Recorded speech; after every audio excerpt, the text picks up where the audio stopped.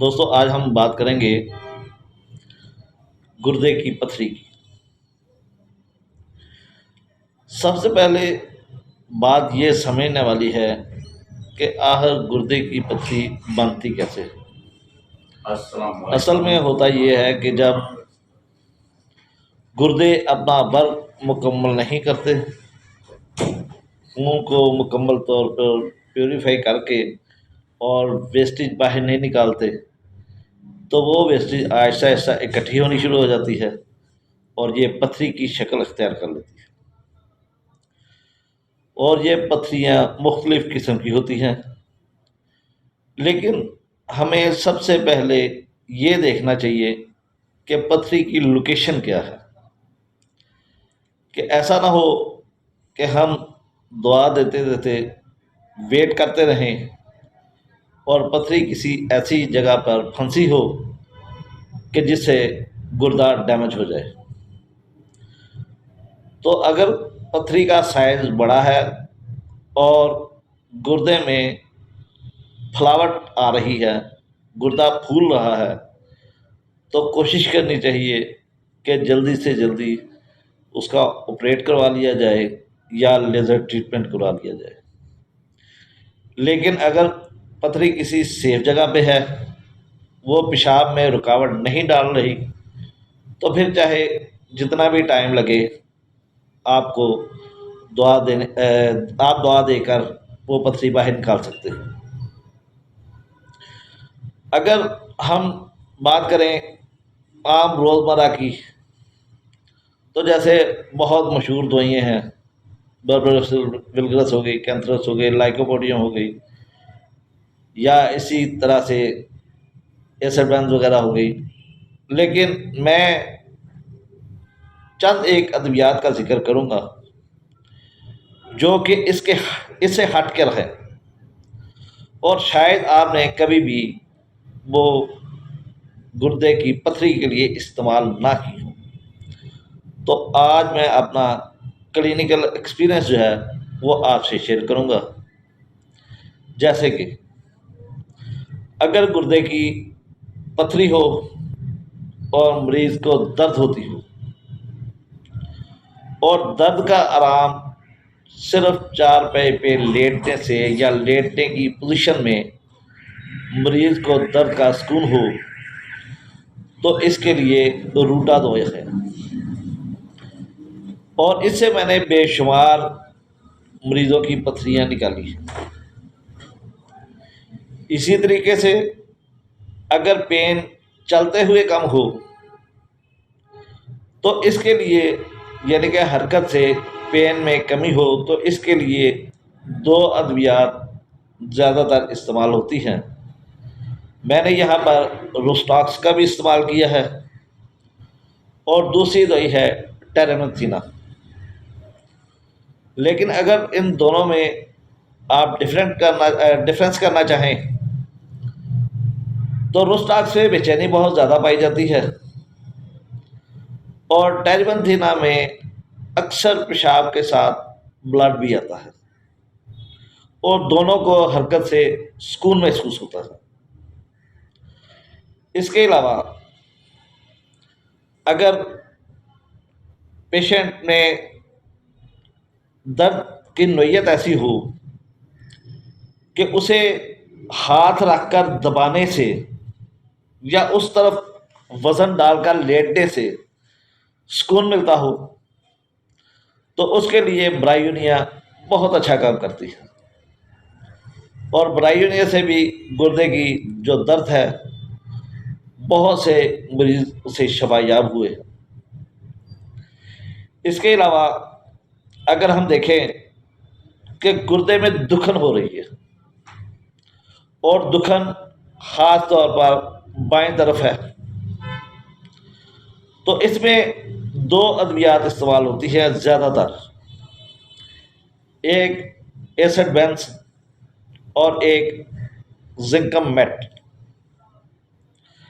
زنکم meat, اس میں اعصابی طور پر مریض تھکا ہوا ہوتا ہے، اور ایسڈ بینز میں پیشاب سمیلی ہوتا ہے، بدبودار ہوتا ہے، اور اگر یہی کیفیت رائٹ سائڈ پہ ہو تو تین ادویات زیادہ تر استعمال کی جاتی ہیں: ہیلونیاز، نکسمیکا اور فائٹولیکا۔ جیسے کہ آپ جانتے ہیں کہ نکسمیکا کا پیشنٹ بھی چڑچڑا ہوتا ہے اور اس کے پیشاب میں جلن بھی ہوتی ہے، اور فائٹولیکا میں درد جو ہوتی ہے وہ ایسے درد ہوتی ہے جیسے کوئی شاک لگتا ہے، کرنٹ لگتی ہے، درد ہوتی ہے، بہت شدت سے ہوتی ہے، اور پھر فوراً سکون مل جاتا ہے۔ یا بعض دفعہ کچھ ڈاکٹر ایسے کہتے ہیں کہ ایسے مریض جن میں آپ کو ایسا لگے کہ یہ برائیونیا ہے یا روسٹاکس ہے، کہ کچھ علامات اس کی روسٹاک سے ملتی ہوں اور کچھ علامات اس کی برائیونیا پہ ملتی ہوں، تو اصل میں اس کی دوائی فائٹولیکا ہوتی ہے۔ اور اگر پیشنٹ میں ایسی درد ہو کہ جیسے گردے میں چھرا گھونپ دیا گیا، تو پھر اس جگہ پہ ہم آرنیکا کا استعمال کرتے ہیں یا ایریجرون کا استعمال کر سکتے ہیں۔ اب ان دونوں میں اگر آپ ڈفرینس کرنا چاہیں تو ایریجرون جو ہے اس میں بلڈی یورین ہوگا اور آرنیکا سینسٹیو ٹو ٹچ ہوگا۔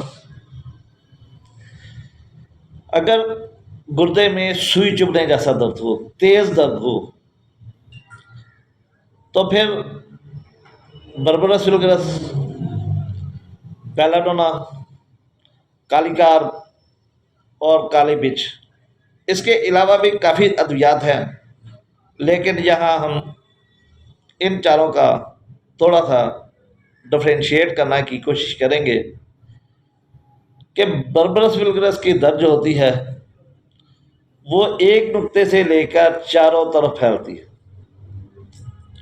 اور عام طور پر جب مریض کھڑا ہوتا ہے تو وہ درد آہستہ آہستہ بڑھنا شروع کرتی ہے اور وہاں پر بہراؤ کا احساس ہوتا ہے یا وہاں پر بلبلے اٹھنے کا احساس ہوتا ہے جو اوپر کی طرف چلتے ہیں۔ تو یہ بربرس ویلگرس کی ایک خاص نشانی ہے۔ بیلاڈونا میں بھی درد ہوتا ہے، شدت کا درد ہوتا ہے، مریض کو غصہ بھی ہوتا ہے، اور یہ درد آتا ہے چلا جاتا ہے، آتا ہے چلا جاتا ہے، لیکن اس کی شدت بہت زیادہ ہوتی ہے۔ اور کالی کار، جیسے کہ آپ جانتے ہیں کہ اس کی دردیں سوئی چبھن والی درد ہوتی ہے۔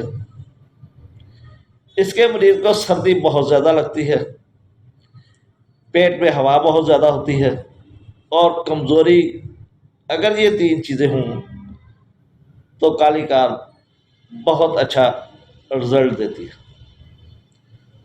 کالی مرچ میں بھی دردیں چبھن والی ہوتی ہیں، لیکن وہ ایک خاص پوائنٹ پر، یعنی کہ پن پوائنٹ، جیسے ایک کسی نے پن لگائی ہو ایسی درد ہوتی ہے۔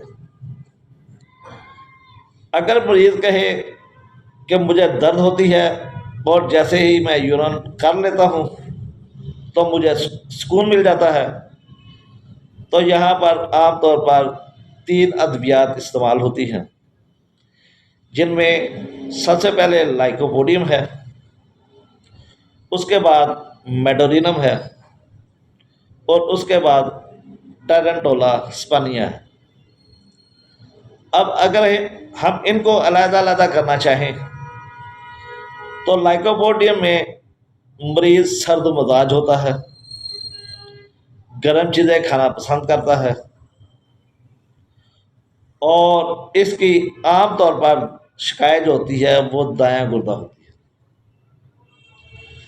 اگر یہی مریض میڈورینم کا ہوتا ہے تو اس میں گرمی بہت زیادہ لگتی ہے، اور اس کی درد عام طور پر دن کے وقت زیادہ ہوتی ہے۔ اگر مریض بہت زیادہ گرم مزاج ہے، میٹھے کی خواہش ہے، تو ہم میڈورینم کا استعمال کر سکتے ہیں۔ اور تیسری دوا ہے ٹرنٹولا اسپانیہ۔ آپ جانتے ہیں کہ ٹرنٹولا ایک ایسی دوا ہے کہ مریض سکون سے نہیں بیٹھ سکتا، خاص طور پر اگر اسے کوئی ڈول کی آواز یا میوزک لگا ہو، اور میوزک سننے سے اس کی درد میں سکون آنا شروع ہو جاتا ہے۔ اور یہ مریض جب شرارت کرتا ہے تو اچانک کرتا ہے، اچانک شرارت کرنے کے بعد ایسے معصوم بن کے بیٹھ جاتا ہے جیسے اس نے کیا ہی کچھ نہیں۔ اس کے بعد اگر ہم دیکھیں کہ گردے کی نالی میں پتھری پھنس چکی ہے، تو اس کے لیے سب سے پہلے تو آپ یہ دیکھیں کہ گردے کی پوزیشن کیا ہے۔ اگر گردہ پھولا ہوا نہیں تو ہم ایسی ادویات دیں گے کہ جس میں اس کی نالی جو ہے وہ تھوڑی سی ڈائلیٹ کر کے اور اس کو رستہ دے دے۔ اس میں عام طور پر اوپیم کا استعمال ہوتا ہے، میڈورینم کا استعمال ہوتا ہے، اور نقص فمیکا کا استعمال ہوتا ہے۔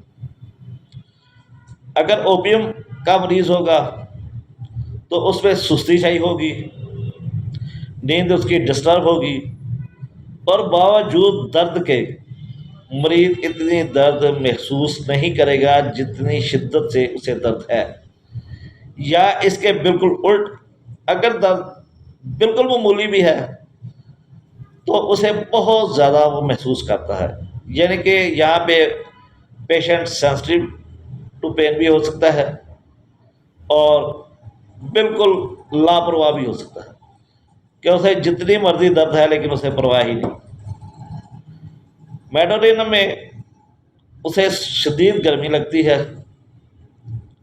اور میٹھے کی خواہش کرتا ہے، اور اس کے ساتھ ساتھ یہ عام طور پر درد دن کے وقت زیادہ ہوتی ہے۔